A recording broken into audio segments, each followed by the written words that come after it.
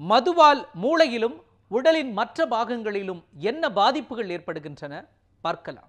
ரத்தத்தில் 20 milligram alcohol கலந்தாலே பார்வை திறன் குறையும். 30 மில்லிகிராம் என்ற அளவை தொட்டால் தசை தன் கட்டுப்பாட்டை இழக்கும். சிந்திப்பது, புரிந்து கொள்வது, மதிப்பிடும் தன்மை குறைவது என்று சங்கிலி தொடர் போல மூளையின் செயல்கள் பாதிக்கப்படும். குடியை நிறுத்தும் போது கை கால் நடுக்கம், தூக்கமின்மை, மனசோர்வு, சிந்திக்கும் திறனில் பாதிப்பு, பயம், பிரம்மை, நரம்பு தளர்ச்சி என பல்வேறு பாதிப்புகள் உருவாகும். மது குடித்தவுடன் மூளை செயல்படும் திறன் உடனடியாக குறைவதோடு நிரந்தர பாதிப்புகளும் உண்டாகும். 45 மில்லியில் தொடங்கும் மது பழக்கம் குடி நோயாளியாகவே மாற்றிவிடும் ஆபத்து கொண்டது.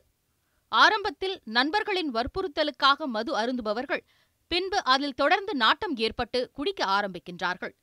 மதுவுக்கு அடிமையானவர்கள் வற்புறுத்தலின் பேரில் சிறிது காலம் நிறுத்துவது போல நிறுத்திவிட்டு மறுபடியும் அதிகமாக குடிப்பார்கள். கோபம், வெறுப்பு, சண்டை, மனைவியின் நடத்தையை சந்தேகிப்பது என குடி நோயாளிகளின் நிலைமை விபரீதமாகும். குடித்தால்தான் சிறிதளவேனும் செயல்பட முடியும் என்கின்ற உச்சகட்ட நிலை உருவாகும். மதுவின் தாக்கத்தில் கார் அல்லது இருசக்கர வாகனம் ஓட்டுபவர்கள் தாறுமாறாக வாகனம் ஓட்டி விபத்துக்குள்ளாக்குவது இதுவே காரணம்.